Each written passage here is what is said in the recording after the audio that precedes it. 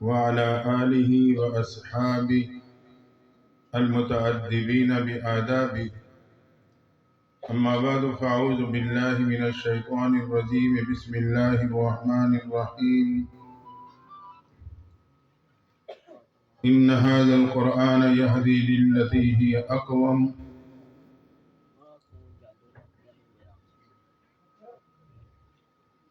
قال تعالى في مقام آخر: وذروا ظاهر الإثم وباطنه. قال النبي صلى الله عليه وسلم: الثقة كنزي، أو كما قال عليه الصلاة والسلام. سبحان ربك رب العزة عما يصفون وسلام على المرسلين والحمد لله رب العالمين. درود شریف. اللهم صل على سيدنا ومولانا محمد وعلى آل سيدنا ومولانا محمد وبارك وسلم وصلی علیہ. صدارے کا یہ سالانہ روحانی اصلاحی بابرکت پروگرام جن بچوں کے دستار بندی کے موقع پہ منعقد ہے، دعا ہے اللہ تعالی ہم سب کی حاضری کو قبول فرمائے. ہمارے محترم حضرت قاری ابراہیم صاحب دام برکاتہم، اللہ ان کی محنت و کوششوں کو اور اخلاص میں اور قبولیت پیدا فرما دے، اور اللہ اس موقع پہ ہم سب کی حاضری کو قبول فرمائے. ہمارے تلمبے کے علاقے کے علماء کرام تشریف فرما ہیں. بچوں کی دستار بندی کا منظر آپ نے دیکھا کہ ان کے سروں پہ دستار کی صورت میں تاج سجایا گیا. دوستو، یہ ایک مدرسے کی برکت ہے. یہ رونق مدرسے کی وجہ سے قائم ہے. تو ہمارے دل میں ایک مدرسے کی پوری اہمیت ہونی چاہیے. بعض دفعہ ہم بڑی آسانی سے کہہ دیتے ہیں جی گلی گلی میں مدرسہ بن رہا ہے. اسکول بن جائے تو اس کے بارے میں ہمارا کوئی تبصرہ نہیں ہوتا. اسے ہم اپنی ضرورت سمجھتے ہیں، ہمارا بچہ تعلیم حاصل کرے گا. میں آپ کو بتاؤں گا کہ مدرسہ میرے اور آپ کی کتنی اہم ضرورت ہے. پہلے بات تو یہ ذہن میں رکھنا کہ مدرسہ یہ آج کی پیداوار نہیں ہے. مدرسے کی بنیاد کسی ڈی سی او، ڈی پی او، کمشنر، وزیر، مشیر یا وقت کے کسی شیخ، قطب، غوث اور ولی نے نہیں رکھی. میرے اور آپ کے مدرسے کی بنیاد خالق کائنات نے خود عالم عرش پہ رکھی ہے. اس کی بہت پرانی تاریخ، یوں سمجھیں کہ اس دنیا سے بھی زیادہ پرانی تاریخ ہے مدرسے کی. دنیا قائم ہونے سے پہلے مدرسہ قائم ہوا. قرآن بتاتا ہے: علم آدم الاسماء كلها ثم عرضهم على الملائکہ فقال انبئونی باسماء هؤلاء. اللہ نے تعلیم و تعلم کا سلسلہ جاری کیا، پھر باقاعدہ امتحان لیا. امتحان میں صرف حضرت آدم نے صحیح جوابات دے کے پوزیشن حاصل کی. اللہ نے پوزیشن حاصل کرنے کے نتیجے میں انعام کے طور پہ حضرت آدم کو زمین کی خلافت عطا کر دی. یہ سنت اللہ ہے. مدارس میں یہی نظم ہے، تعلیم و تعلم، امتحان، پوزیشن لینے پہ انعام. وہاں سے مدرسہ منتقل ہوا، غار ہرا میں آیا. اقرأ باسم ربک الذی خلق. تعلیم و تعلم کا سلسلہ جاری ہوا. وہاں سے منتقل ہو کے یہ دار ارقم میں آیا. صفا پہاڑی، آپ صفا مروہ میں سعی کرتے ہو، اسی صفا پہاڑی پہ مدرسہ ہے. آج بھی وہاں ایک دروازے کے اوپر باب ارقم لکھا ہوا ہے. یہ اس مدرسے کی نسبت سے ہے یہ دروازہ. دار ارقم مدرسہ صفا پہاڑی پہ قائم ہے. محبوب پیغمبر تشریف فرما ہے. حضرت صدیق اکبر ایک پہ محنت کر کے مدرسہ میں داخلہ دلوا رہے ہیں. اللہ کی شان، 37 طلباء اس مدرسے میں داخلہ لے کے صحابیت کا مقام پا چکے تھے کہ اللہ نے 38ویں درجے میں حضرت امیر حمزہ کو اسی مدرسے کا طالب علم بنا دیا. جب امیر حمزہ مدرسے کے طالب علم بنے تو کفر سر جوڑ کے بیٹھا. ہمارے جرنیل ان کی شاگردی میں جا رہے ہیں. ابو جہل کی صدارت میں اعلیٰ سطح کا اجلاس خانہ کعبہ میں منعقد ہوتا ہے. مشورہ یہ ہونے لگا کہ مدرسے کا راستہ کیسے روکا جائے، قرآن کی محنت کو کیسے ختم کیا جائے۔ فیصلہ یہ لیا کہ مسلمانوں کے پیغمبر کو قتل کر دیا جائے۔ اللہ کی شان ذمہ داری عمر کو سونپی گئی۔ عمر تلوار لے کے مدرسے دار ارقم کی طرف بڑھ رہے ہیں۔ ایک ساتھی نے راستہ روکا، عمر اس حالت میں کہاں جا رہے ہو؟ عمر نے کہا مسلمانوں کے پیغمبر کو قتل کرنے چلا ہوں تاکہ مدرسے قرآن کا راستہ ہمیشہ کے لیے بند ہو سکے۔ وہ ساتھی کہنے لگا عمر پہلے گھر جا کے اپنی بہن کی خبر تو لے لینا، وہ بھی مدرسۃ البنات میں داخلہ لے چکی ہے۔ جب عمر نے یہ سنا تو اور غصے میں آ گئے، بڑھتے ہوئے قدموں کو پلٹا، اپنی بہن فاطمہ بن خطاب کے دروازے پہ پہنچے۔ گھر میں بہن اور بہنوئی استاد سے قرآن پڑھ رہے تھے کہ دروازے پہ دستک ہوتی ہے۔ بہن دستک کے انداز سے جان گئی بھائی عمر آ گیا۔ استاد کو کمرے میں بھیجا، میاں بیوی دروازے کی طرف بڑھے، دروازہ کھولا۔ عمر نے غصے کے حالت میں دیکھا، پوچھا کیا کر رہے تھے؟ دونوں نے بیک آواز کہا قرآن پڑھ رہے تھے۔ عمر نے ایک زوردار تھپڑ بہنوئی کی طرف بڑھانا چاہا۔ فاطمہ بن خطاب آگے بڑھی، خاوند کو بچاتے ہوئے بھائی عمر کا تھپڑ اپنے چہرے پہ برداشت کیا۔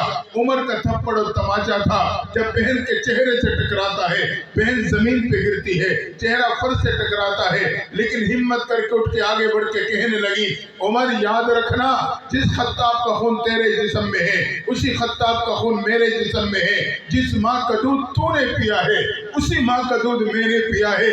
تو میرے جسم سے جان تو نکال سکتا ہے مگر قرآن کی محبت نہیں نکال سکتا ہے۔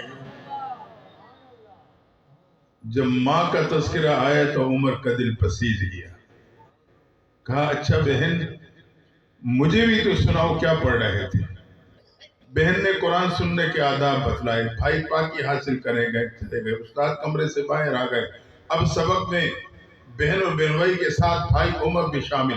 سبق سورہ طٰہٰ کی ایک آیت پہ رکا تھا، استاد نے وہیں سے آغاز کیا، اننی انا اللہ لا الہ الا انا فاعبدنی واقم الصلاۃ لذکری۔ اللہ اپنا تعارف کرا رہا ہے، میں اللہ ہوں، واجب الوجود ہوں، ہر جگہ ہر وقت موجود ہوں، میں ہی عبادت کے لائق، میری ہی عبادت کرنا، نماز میرے یاد کے لیے قائم کرنا۔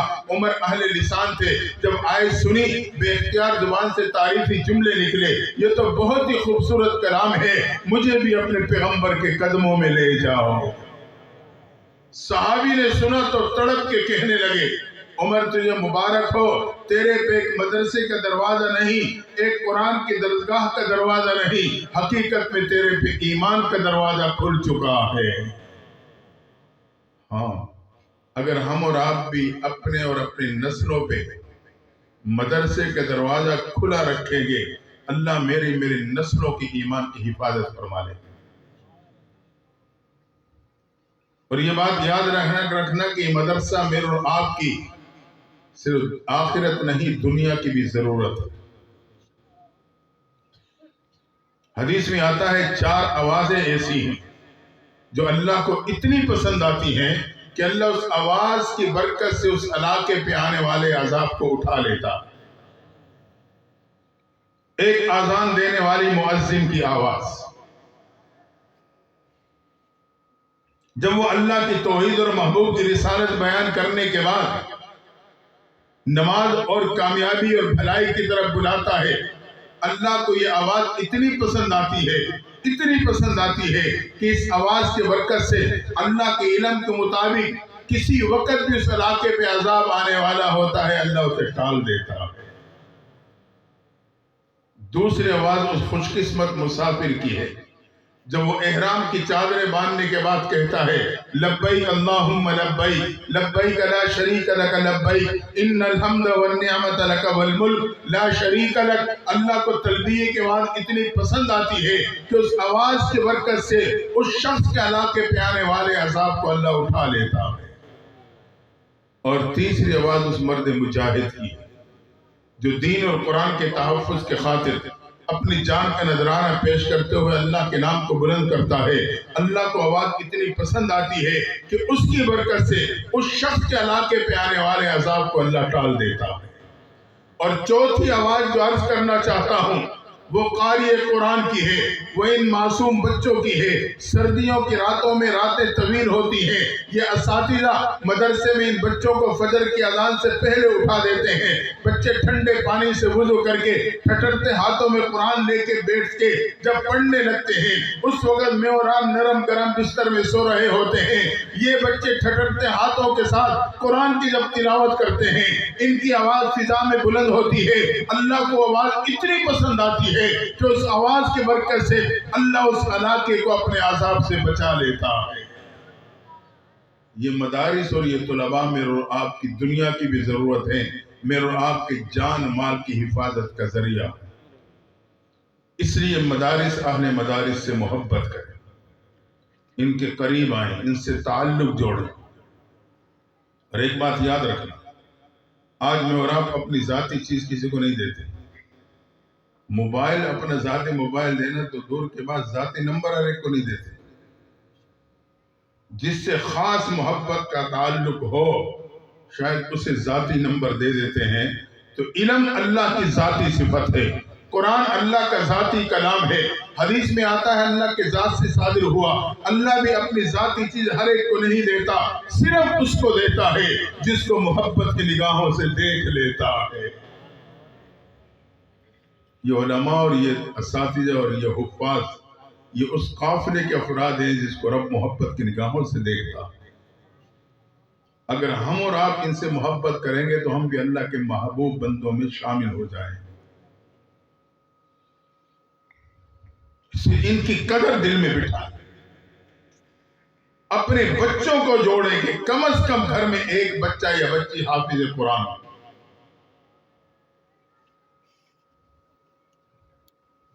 یہی اولاد قبر کی تاریکی میں کام آئے گی۔ خوش قسمت ہے وہ ماں باپ جن کے بچوں نے قرآن مکمل کیا، بچیوں نے مکمل کیا، بہت بڑی سعادت۔ آج کسی M N A M P O کو کوٹا مل جائے نا ملازمت، ہم اپنے بیٹی کی ملازمت کے لیے اتنے چکر کاٹتے ہیں کہ جوتی گھس جاتے ہیں۔ کسی طریقے سے میرے بیٹے کو ملازمت مل جائے تو یاد رکھنا، قرآن یہ دنیا میں تو سکہ رائج الوقت نہیں ہے، لیکن مرنے کے بعد قرآن کے سکہ چلے گا۔ حدیث میں آتا ہے، پیغمبر صلی اللہ علیہ وسلم ارشاد فرماتے ہیں، قیامت کے دن ان حافظ قرآن کو جنہوں نے قرآن مکمل کیا، پھر اس کو سمجھا، پھر اس کے مطابق زندگی گزاری، فرمایا قیامت کے دن اللہ تعالیٰ نے 10 جہنمیوں کا کوٹا عطا فرمائیں گے۔ وہ رشتہ دار جہنمی جن کو سزا سنائی جا چکی، جہنم واجب ہو چکی ہے، اس میں سے ہر ایک تمنا کرے گا شاید یہ حافظ قرآن میرا انتخاب کر لے، دوسرے کہے گا کاش کہ میرا انتخاب کر لے۔ اس کو 10 جہنمیوں کا کوٹا ملے گا، یہ اس میں سے جن 10 کا انتخاب کر لے گا اللہ تعالیٰ انہیں جنت میں داخل کر دیں۔ اور یہ علماء، انہیں 100 جہنمیوں کا کوٹا ملے گا، 100، محبوب پیغمبر کا فرمان۔ وہاں ہمیں پتہ چلے گا کہ ان لوگوں کی قدر و قیمت کیا ہے۔ اس لیے دنیا میں ان کی قدر کریں، ان کی عزت کریں۔ ہم ان کی عزت کریں گے تو اللہ یہ قرآن میرے گھر بھیج دے گا، میرا بچہ حافظ قرآن بنے گا، علم میرے گھر میں آ جائے گا۔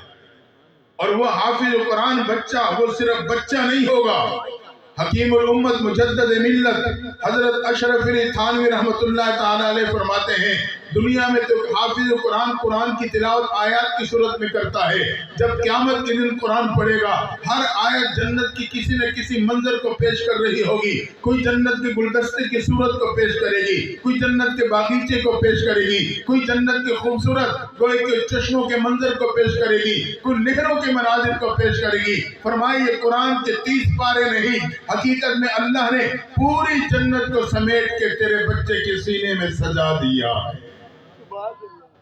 یہ بچہ تیرے گھر کے صحن میں ٹہلے گا گویا کہ جنت تیرے گھر میں ٹہل رہی ہے۔ بہت بڑی سعادت ہے۔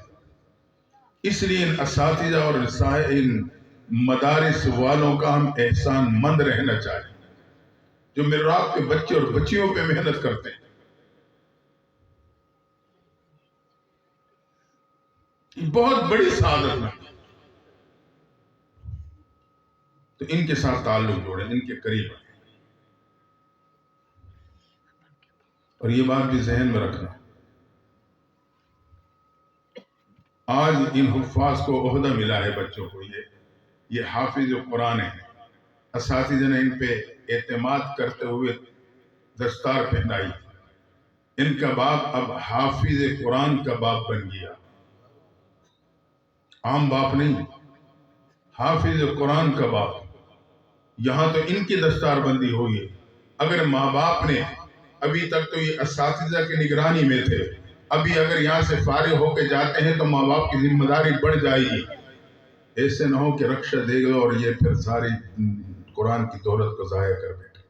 عام طور پہ یہی ہوتا ہے، بس کرا لیا پھر رکشہ پکڑا دیا، یہ کما دیا سب کچھ.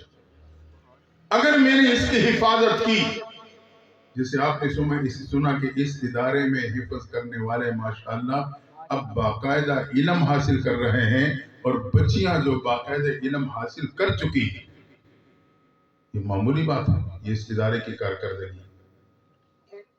اگر میں نے اپنے بچوں کی حفاظت رکھی، یہاں تو ان کی دستار بندی ہوئی، قیامت کے دن اللہ تعالیٰ ان کے والد کی دستار بندی کرائے گا.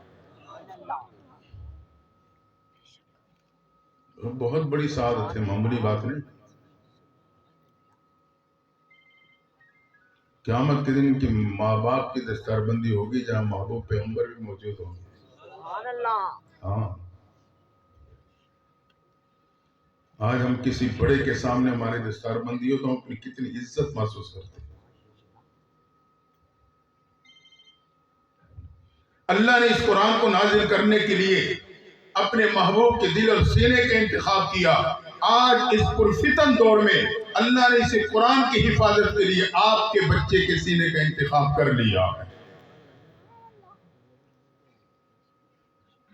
آج انہیں ایک عہدہ ملا ہے، حافظ قرآن والا عہدہ.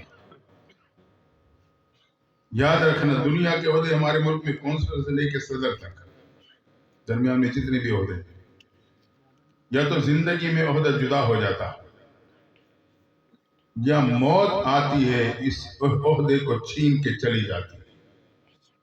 یہی وجہ ہے جب قبر میں اتارے جاتے ہیں تو لکھا جاتا ہے صاحب کا وزیر ہے، صاحب کا مشیر ہے، صاحب کا ناظم ہے، صاحب کا D C O D P او ہے، صاحب کا فلاں ہے. مطلب یہ کہ پہلے تھا، اب نہیں ہے. لیکن علم اور قرآن کا عہدہ وہ عہدہ ہے، موت پہ اگر پنجہ گاڑ لے تو اس عہدے کو چھین نہیں سکتی ہے. یہی وجہ ہے کہ ایک عالم اور حافظ قبر میں اتارنے کے بعد اس کے نام کے ساتھ لفظ سابقہ نہیں لکھا جاتا. عالم فلاں، قاری فلاں، حافظ فلاں. مقصد یہ ہے جو دنیا میں اس کا عہدہ تھا وہ قبر میں اترنے کے بعد بھی قائم ہے. یہ قبر میں بھی عالم اور حافظ ہے، حشر میں بھی عالم اور حافظ ہوگا، حتیٰ کہ جنت میں داخل ہونے کے بعد بھی یہ عالم اور حافظ ہوگا. جب جنتیوں کو اللہ تعالیٰ تمام نعمتیں دے دے گا اور پھر پوچھے گا میرے بندو مانگو، اور کیا مانگتے ہیں؟ حیران ہوں گے، اللہ سب کچھ مل گیا اور مانگنے کو کیا ہے؟ فیصلہ نہیں کر پائیں گے، مشورہ کریں گے. علماء کے پاس جاتے ہیں، ان سے پوچھتے ہیں، رب نے سب کچھ دینے کے باوجود رب پوچھ رہا ہے کہ اور کیا مانگتے ہو؟ مانگو. علماء وہاں مجھے اور آپ کو مشورہ دیں گے، رب سے کہو کہ ہمیں اپنا دیدار عطا کر دے. یہ علماء وہاں بھی میری ضرورت ہے. بہرحال قرآن کے ساتھ جڑ جائیں، عملی تعلق. آج حقیقت ہے کہ ہم نے قرآن کی عظمت کو نہیں جانا. آپ دیکھ لیں ہمارے معاشرے میں کیا صورتحال ہے. میں نے قرآن اٹھایا ہے یا تو چور کا نام معلوم کرنے کے لیے، یا فال نکالنے کے لیے، یا قسمیں کھانے کے لیے، یا لوٹے پہ پھرانے کے لیے، یا مردے کو ہوا دینے کے لیے، یا بیٹی کو رخصت کرتے ہوئے اس کے سر کے اوپر قرآن لے کے کھڑا ہونے کے لیے. اور اگر کوئی دیندار ذہن رکھتا ہے اس نے صرف قرآن اٹھائے ہے تو اپنے بیٹے کا نام رکھنے کے. قرآن زبان حال سے کہتا ہے میں ناموں والی کتاب نہیں، وہ اردو میں چھپی مارکیٹ میں بکتی ہے. میں تو کردار کا درس دیتی ہوں، کردار کا پیغام دیتی ہوں. آج ہم نام تو قرآن والا رکھنا چاہتے ہیں لیکن قرآن کے ساتھ جوڑنے کے لیے تیار نہیں. نتیجہ کیا نکلتا ہے؟ کسی سے پوچھو کیا نام ہے، کہے گا محمد ابراہیم، بڑا خوبصورت نام، قرآن والا نام، لیکن قرآن سے جڑا نہیں تو اپنے کردار میں پورا نمرود نظر آتا۔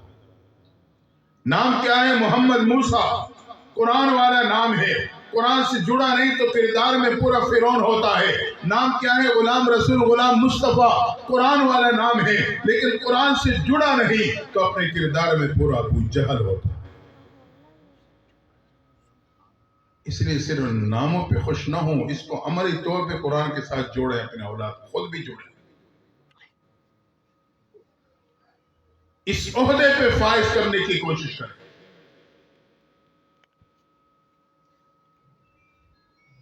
اور ایک بات ذہن میں رکھیں،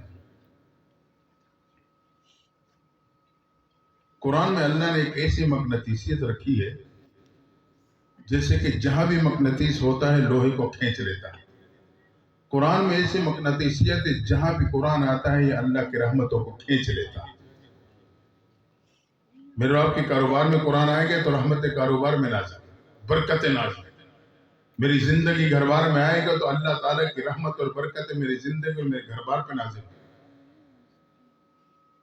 آج کا مسلمان سوچتا ہے ہمیں تو قرآن کی برکت کا، طاقت کا کچھ پتہ نہیں چلتا۔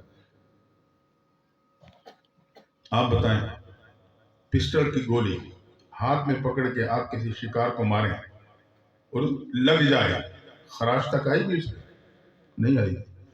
اسی گولی کو پسٹل میں رکھ کے فائر کریں گے، شکار کے آر پار ہو جائے۔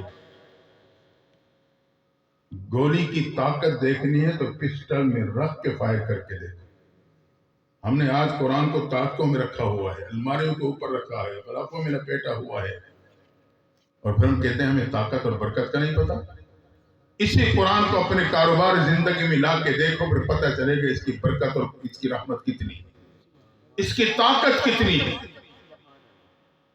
آج ہمارے گھروں میں قرآن ہے، کوئی مسلمان کا گھر ایسا نہیں جس میں قرآن کا نسخہ ہو۔ ایک بات یاد رکھیں، جو گھروں میں قرآن کے نسخے پڑھے نا، اس کو یہ نہیں سمجھنا کہ قرآن کا نسخہ ہے چھپا ہوا، یہ حقیقت میں اللہ کی طرف سے میرے اور آپ کی طرف بھیجا ہوا مہمان ہے۔ یہ رب نے بھیجا ہے، میرے اور آپ کے گھر مہمان بھیجا۔ آپ کا کوئی بڑا کوئی اپنا مہمان آپ کے پاس بھیج دے، وہ چند گھنٹے آپ کے ساتھ آپ کے گھر پہ ٹھہرے، آپ اس سے 10 منٹ بھی بیٹھ کے بات نہ کرو، 10 منٹ بھی اس کے پاس بیٹھنے کے لیے آپ کے پاس ٹائم نہ ہو، اور وہ اسی طرح سارا وقت گزار کے چلا جائے، آپ بتائیں ناراضگی کا ذریعہ نہیں؟